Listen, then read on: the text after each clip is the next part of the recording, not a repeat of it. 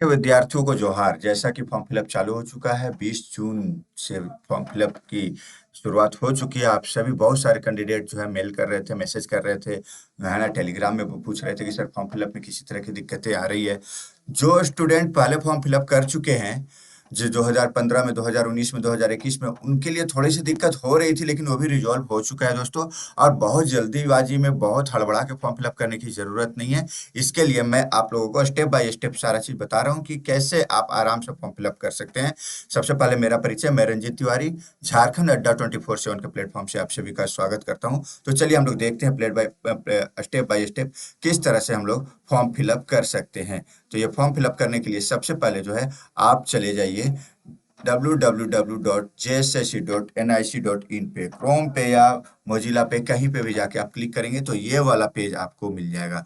वहां पे आप उसका जो वेबसाइट है, ऑफिशियल वेबसाइट है, www.jssc.nic.in पे क्लिक करने के बाद स्क्रॉल होता हुआ दिखेगा आपको JGGLLCE, तो मतलब graduate level, combined graduate level exam के बारे में, CGL के बारे में जैसे आता है उसको आप क्लिक करेंगे। सबसे ऊपर में जनरली न्यू करके दिखेगा आपको, उसको अगर जैसे क्लिक करेंगे, यहाँ पे सबसे ऊपर जो है JGGLCCE 2023, यहाँ अप्लाई ऑनलाइन क्लिक करते ही आपका जो है अगला इंटरफेस जो खुल जाएगा, ये इस तरह का खुल जाएगा।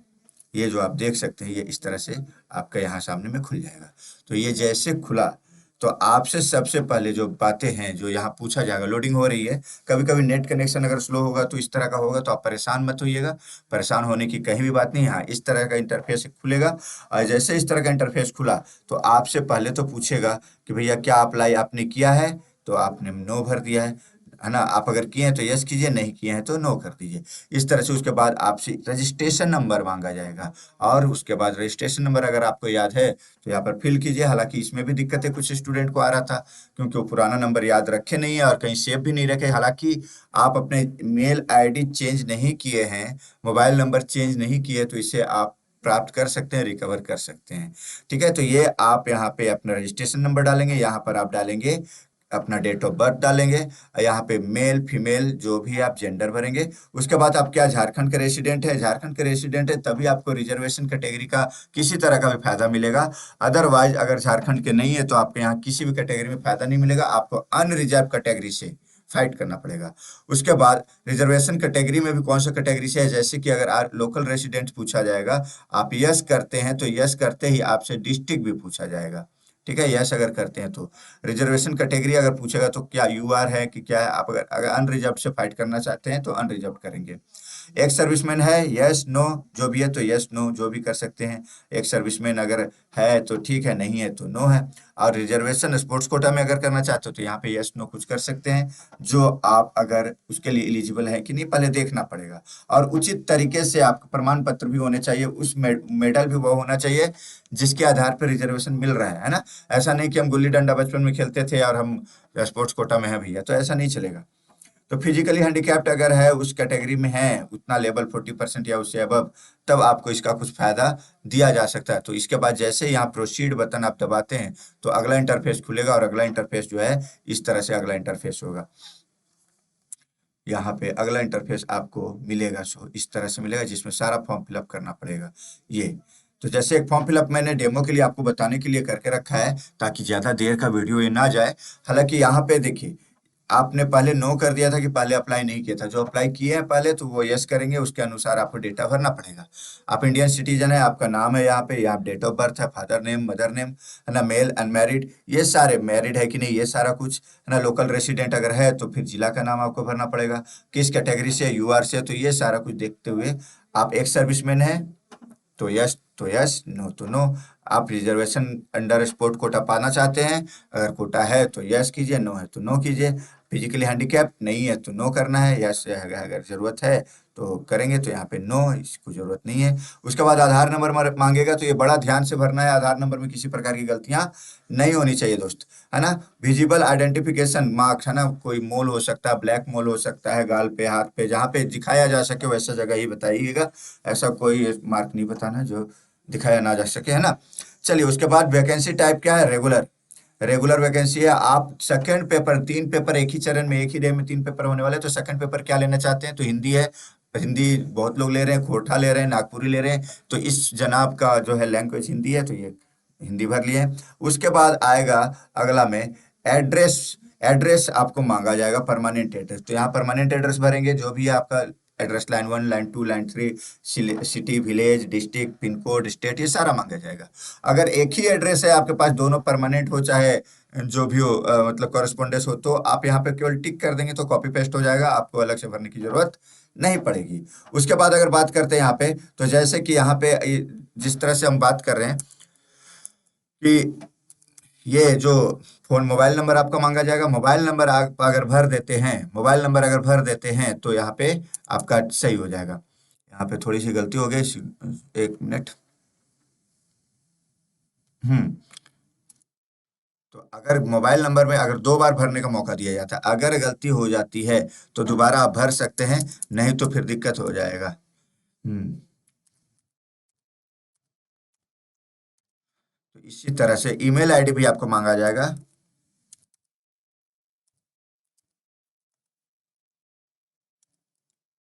ईमेल आईडी भी आपका मांगा जाएगा, तो ईमेल आईडी भी आपको सही तरीके से भरना है, क्योंकि ये एडिट नहीं होगा, ये पहले बताया गया है। ये होने के बाद, ये फॉर्म फिल इसको फिलअप करने के बाद अगला जो स्टेप है, उसमें आपसे पोस्ट प्रेफरेंस मांगा जाएगा। आप पोस्ट प्रेफरेंस दे देते हैं, सबसे ऊपर सभी लोग असिस्टेंट सेक्शन ऑफिसर ही डालेंगे, है ना, क्योंकि सबसे ऊंचा पोस्ट यही है सेक्रेटरीट में, एएसओ। उसके बाद आप ब्लॉक बीएसओ भी डाल सकते हैं, बीडब्ल्यूओ भी डाल सकते हैं, आप अपने इंटरेस्ट के अनुसार देख लेंगे।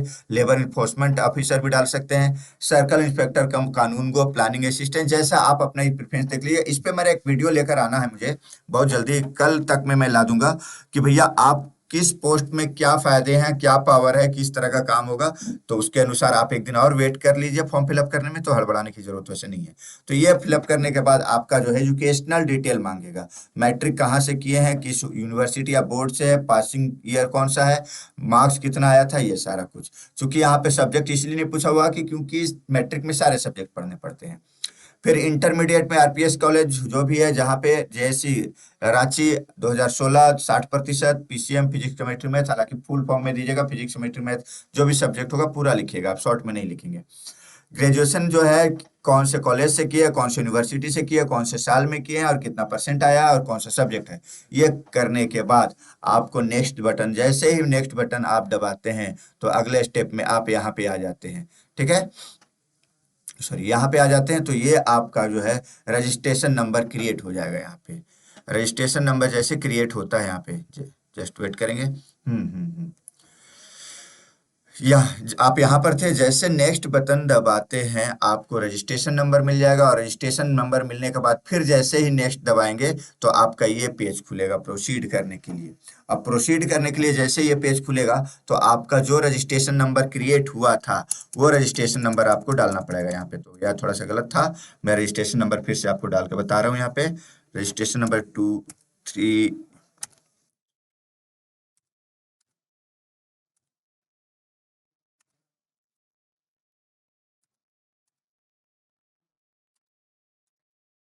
ये हो गया। अब date of birth, date of birth इस तरह का खुलेगा। आप तो यहाँ पे आप ध्यान से करेंगे, डेट ऑफ बर्थ में भी गलती नहीं होना चाहिए, क्योंकि ये भी क्षम्य नहीं है, डेट ऑफ बर्थ भी क्षम्य नहीं है, ये भी मतलब बाद में एडिट नहीं होगा, क्षम्य नहीं होने का मतलब यही होता है। तो ये हो गया डेट ऑफ बर्थ।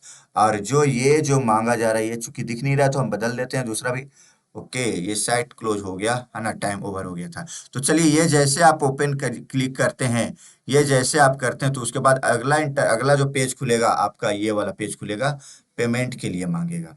वो जैसे क्लिक करते हैं, अगला जो है पेमेंट के लिए मांगेगा, है ना। पेमेंट यूआर से, आप अनरिजर्व से है तो आपको 100 रुपीज लगने वाले हैं, और 100 रुपीज जो लगने वाले हैं, तो उसको पे नाउ करते ही आपका अगला इंटरफेस खुलेगा। हालांकि इसमें एक एक दिन का गैप रखा गया है, लेकिन मैं एक साथ बताया इसलिए ताकि आपको दिक्कत नहीं हो। तो पे नाउ करेंगे तो आप यहाँ से आगे बढ़ सकते हैं। तो हालांकि इसका भी टाइम एक्सपायर हो चुका था, इसी वजह से ये मैं कंप्लीट नहीं कर पाया। लेकिन पेमेंट करने के बाद अगले दिन, पेमेंट करने के अगले दिन जो है, आप क्या कर सकते हैं, फोटो और सिग्नेचर को अपलोड कर सकते हैं, फोटो सिग्नेचर अपलोड कर सकते हैं, और उसके बाद जो है प्रिंट आउट भी आप ले सकते हैं यहाँ से। तो दोस्तों ये बड़े शॉर्ट में मैंने आपको बताने की कोशिश की कि कैसे आप झारखंड सीजीएल का फॉर्म फिलअप कर सकते हैं। झारखंड सीजीएल का फॉर्म फिलअप करने में थोड़ा समय जरूर ले लीजिएगा, बहुत हड़बड़ा के भी करने की जरूरत नहीं है। बहुत हड़बड़ा के अगर करते हैं और किसी तरह की गलतियां हो जाती है तो आपको ईमेल आईडी या फोन नंबर अगर तो एक ही होता है ना जनरली, तो उसमें बहुत तरह की दिक्कतें हो सकती है। तो झारखंड अड्डा 24/7 के प्लेटफॉर्म पे लगातार क्लासेस चालू हो चुकी है, झारखंड सीजीएल के लिए भी है ना, एक्साइज इंस्पेक्टर के लिए भी, नगर पालिका सेवा संवर्ग के लिए भी। तो आप झारखंड अड्डा 24/7 के साथ जुड़े और अपनी तैयारी को एक संपूर्णता के साथ एक नई दिशा दे और हमारे साथ जो है सफलता पाएं। चलिए, थैंक यू वेरी मच। अगले वीडियो में मैं बहुत जल्दी, आज ही मैं एक वीडियो के माध्यम से बताऊंगा कि किस पोस्ट को आप प्रेफरेंस दे और उस पोस्ट के फायदे क्या होंगे। चलिए, थैंक यू वेरी मच। धन्यवाद। जय जोहार, जय झारखंड।